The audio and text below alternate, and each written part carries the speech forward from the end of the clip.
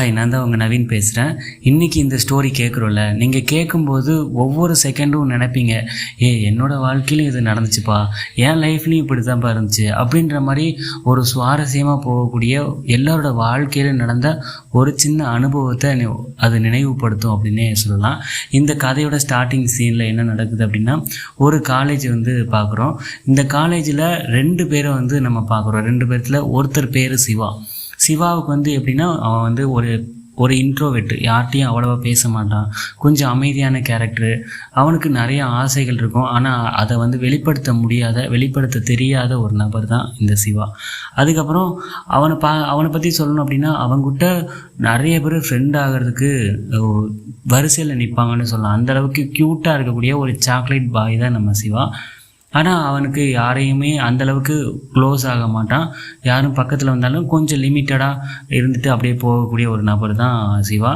நிறைய பேருக்கு நிறைய விஷயங்களுக்கு பயந்து வாழக்கூடிய ஒரு நபராகவும் இருந்துகிட்டு இருக்கான்.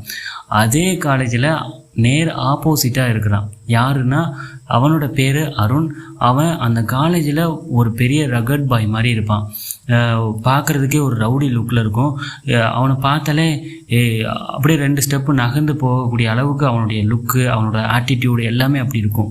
அவனுடைய ஹேராக இருக்கட்டும், அவனுடைய உடைகளாக இருக்கட்டும், அவனுடைய அந்த முகத்தோற்றம், நடை உடை பாவனைகள்னு சொல்லுவாங்கள்ல, அது அவனை ரவுடி மாதிரி காட்டக்கூடிய லுக்கில் இருக்கும். ஆனால் ஒரிஜினலாக எப்படி இருந்தான், அவனோட கேரக்டர் எப்படி இருக்கும் அப்படிங்கிறது இந்த கதையில் போக போக நம்ம பார்ப்போம். அப்போவே அருணை உங்களுக்கு ரொம்ப பிடிக்க ஆரம்பிச்சிடும். இப்போது சிவாவுக்கு அருணை சுத்தமாகவே பிடிக்கலை. ஏன் அப்படின்னா, அவனுடைய லுக்கு, ஆட்டிடியூடு, அவனுடைய ரவுடியான கெட்டப்பு எல்லாமே சிவாவுக்கு சுத்தமாக பிடிக்கல. நீங்கள் ஃபீல் பண்ணியிருக்கீங்களா? அதாவது நிறைய பேர் சொல்லுவாங்க, இந்த தன்பால் ஈர்ப்பாளர்கள் எல்லாருமே ஒரு ஆணை விரும்புகிறாங்க, அவங்க மேலே ஒரு ஆசை இருக்குது, அவங்க மேலே ஒரு காதல் இருக்குது அப்படின்னா, அதாவது எல்லா ஆண்களையும் பிடிக்கும், அவங்களுக்கு பசங்கனாலே பிடிக்கும் அப்படின்ற மாதிரிலாம் இருக்கும். ஆனால் அவங்களுக்கும் ஒரு சில ஆண்களையும் ஒரு சில பசங்களையும் பிடிக்காது.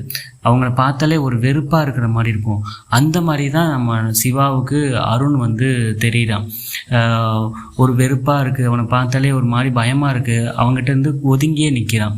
ஆனால் இது அப்படியே தொடராதில்ல, கொஞ்சம் கொஞ்சமாக நெருக்கமாகுது.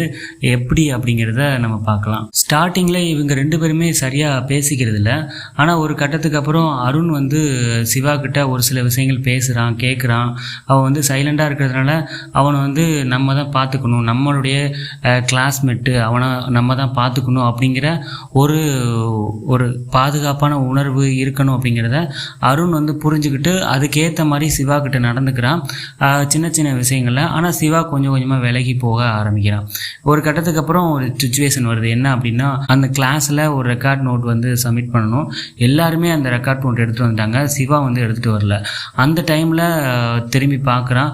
அருண் அதை புரிஞ்சுக்கிட்டு இன்னொரு ரெக்கார்ட் நோட்டை எடுத்து வைக்கிறான்.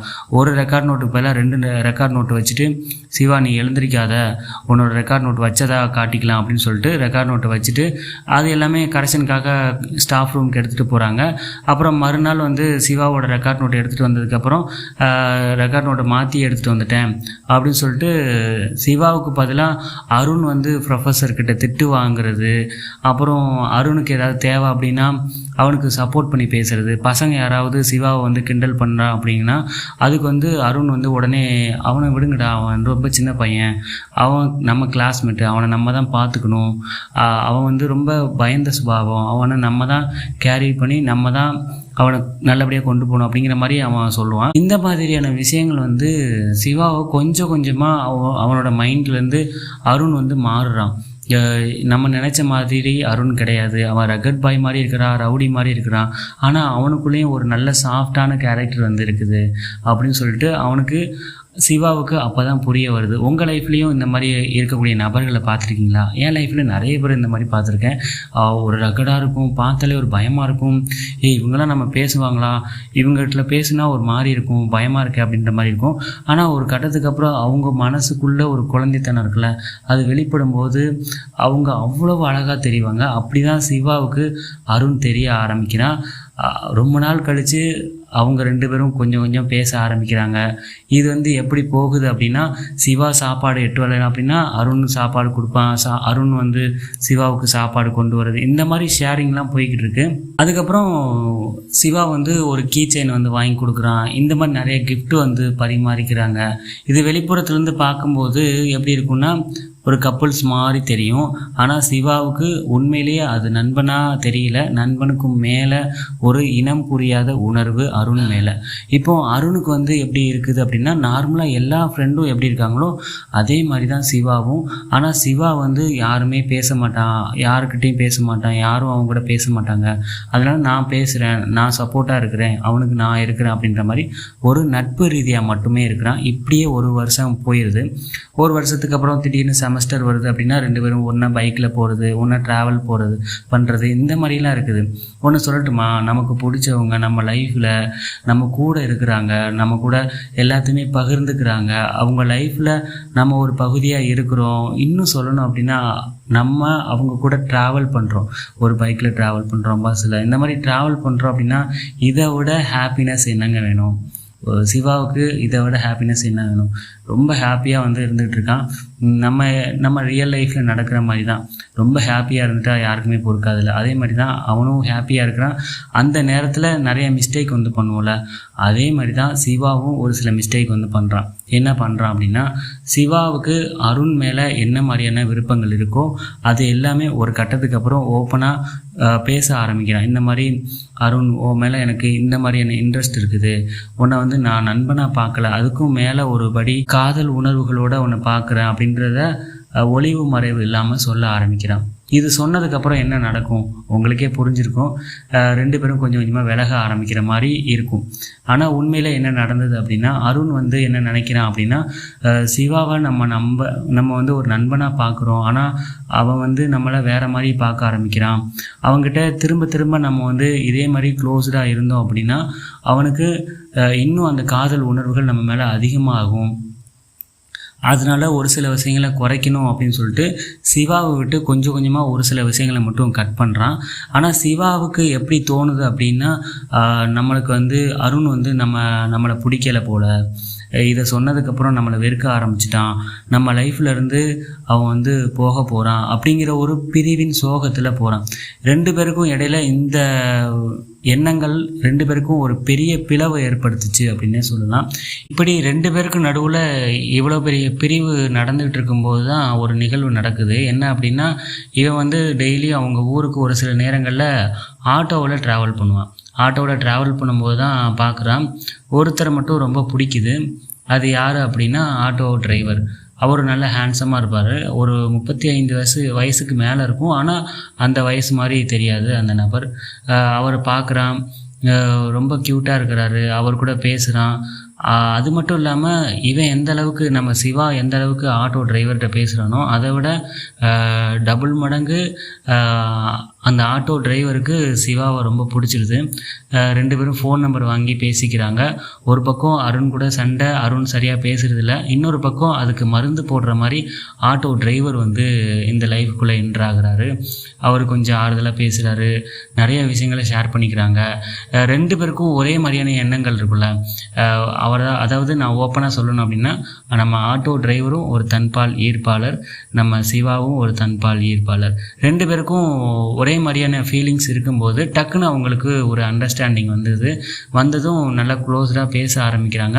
ஆனால் சிவாவுக்கு ஆட்டோ டிரைவர் மேலே அந்த எண்ணங்கள் இருந்தாலும் அதை வந்து வெளிப்படையாக சொல்லலாம். ஆனால் ஆட்டோ டிரைவரும் இந்த மாதிரியான எண்ணங்கள் இருக்கிறத சிவா கிட்ட ஓப்பனாக சொல்லவும் இல்லை. 2 பேரும் சேட்டிங் பண்ணுறாங்க. ஆட்டோ டிரைவர் சிவாவை அடிக்கடி வெளியில் கூப்பிட ஆரம்பிக்கிறாரு. நீ வா, நம்ம அங்கே போகலாம், நீ வா, நம்ம உனக்கு லீவு தானே, இங்கே போகலாம், இந்த மாதிரி டைம் வந்து ஸ்பெண்ட் பண்ணலாம், எங்கள் வீடு ஃப்ரீயாக தான் இருக்குது, நீ எங்கள் வீட்டுக்கு வரியா ஒரு நாளைக்கு, அப்படின்ற மாதிரியான விஷயங்கள்லாம் பேச ஆரம்பிக்கிறான். இவனுக்கு சிவாவுக்கு புரிஞ்சிருது, நமக்கு இந்த ஆட்டோ டிரைவர் ஏதோ வலை விரிக்கிறாரு அப்படிங்கிறது அவனுக்கு புரியுது. இருந்தாலும் மனசு ஃபுல்லாக வந்து அருணும் ஒரு பக்கம் இருக்கிறதுனால டக்குன்னு அவனால் அந்த நிலைக்கு போக முடியல. ஒரு கட்டத்துக்கு அப்புறம் ஆட்டோ டிரைவர் இதை பிளான் பண்ணி எப்படியாவது நம்ம வந்து பிளான் பண்ணும்போது என்ன நடக்குது அப்படின்னா, அவர் பிளானிங் படியே எல்லாமே சூப்பராக நடக்குது. என்ன அவர் பிளான் பண்ணார் அப்படின்னா, ஒரு நாள் ஆட்டோவில் 2 பேரும் ட்ராவல் பண்ணுறாங்க. நம்ம ஆட்டோ டிரைவரும் இன்ட்ரோவெர்ட் பாயான சிவாவும் காலேஜ் முடிச்சுட்டு அவனை கூட்டிகிட்டு வராரு. கூட்டிகிட்டு வரும்போது ஆட்டோ பிரேக் டவுன் ஆகுது. பிரேக் டவுன் ஆனதுக்கப்புறம் பிரேக் டவுன் ஆயிடுச்சு, கொஞ்சம் சரி பண்ணணும் அப்படின்னு சொல்லிட்டு சரி பண்ணுறாரு. சரி பண்ண முடியல. பக்கத்தில் தான் எங்களுடைய கிணறு காடு இருக்குது, அங்கே போய்ட்டு டூல் பாக்ஸ் இருக்குது, அங்கே ஒரு சில டூல்ஸ்லாம் எடுக்கணும் அப்படின்னு சொல்லிட்டு போகிறாரு. அப்புறம் ஆட்டோ டிரைவரும் சிவா நீ இங்கே தனியாக இருக்கிறது உனக்கு சேஃப்டி இல்லை, நீயும் வா, நம்ம 2 பேரும் அங்கே போயிட்டு எடுத்துகிட்டு வந்துடலாம் அப்படின்னு சொல்லி கூப்பிட்றாரு. சரி ஓகே அப்படின்னு சொல்லிட்டு நம்ம சிவாவும் போகிறான். அப்போது ஆட்டோ டிரைவர் ஒரு சில விஷயங்களை கேட்குறாரு அந்த சோளக்காட்டில் வச்சு. அப்போது சிவாவும் வேறு வழி இல்லாமல் அந்த நேரம் அந்த சுச்சுவேஷன் அதெல்லாம் பார்க்கும்போது அவனுக்கும் சரி அப்படின்னு சொல்லி தோணுது. சரி ஓகே அப்படின்னு சொல்லிட்டு 2 பேரும் சோளக்காட்டில் நிறைய விஷயங்களை பேசுகிறாங்க. இதை விட ஓப்பனாக என்னால் சொல்ல முடியல. அதனால் என்ன நடந்திருக்கும் அப்படிங்கிறத நீங்களே கற்பனையில் திங்க் பண்ணிக்கோங்க. இது இப்படியே போய்கிட்டு இருக்கா அப்படின்னு கேட்டால், இந்த கதையில் இன்னும் பெரிய ட்விஸ்ட்டு வந்து இருக்குது. என்ன ட்விஸ்ட்டு அப்படின்னா, நம்ம அருண் வந்து சிவாவோட லைஃப்பில் ரீஎன்ட்ரி ஆகுறான். ரீஎன்ட்ரி ஆகும்போது அவனுடைய அதுக்கு இடைப்பட்ட நாட்களில் நடந்த விஷயங்கள் எல்லாமே வந்து அருணுக்கு தெரியுது. அருணுக்கு எப்படி தெரியுது, அருணுக்கும் ஆட்டோ டிரைவருக்கும் என்ன சம்மந்தம், இவங்க 3 பேரும் எப்படி என்னென்ன மாதிரியான நிகழ்வுகள் இருந்தாங்க அப்படிங்கிறத அடுத்த வீடியோவில் நான் சொல்கிறேன். ஒரு சுவாரஸ்யமாக இருக்குன்னே சொல்லலாம். இது வந்து கேரளாவில் ஒரு பக்கத்தில் ஒரு சின்ன கிராமத்தில் நடந்ததாக எனக்கு வந்து சொன்னாங்க. இதோட தொடர்ச்சி அடுத்த வீடியோவில் நான் சொல்கிறேன். அது வரைக்கும் வெயிட் பண்ணுங்கள். Love you, bye, tata.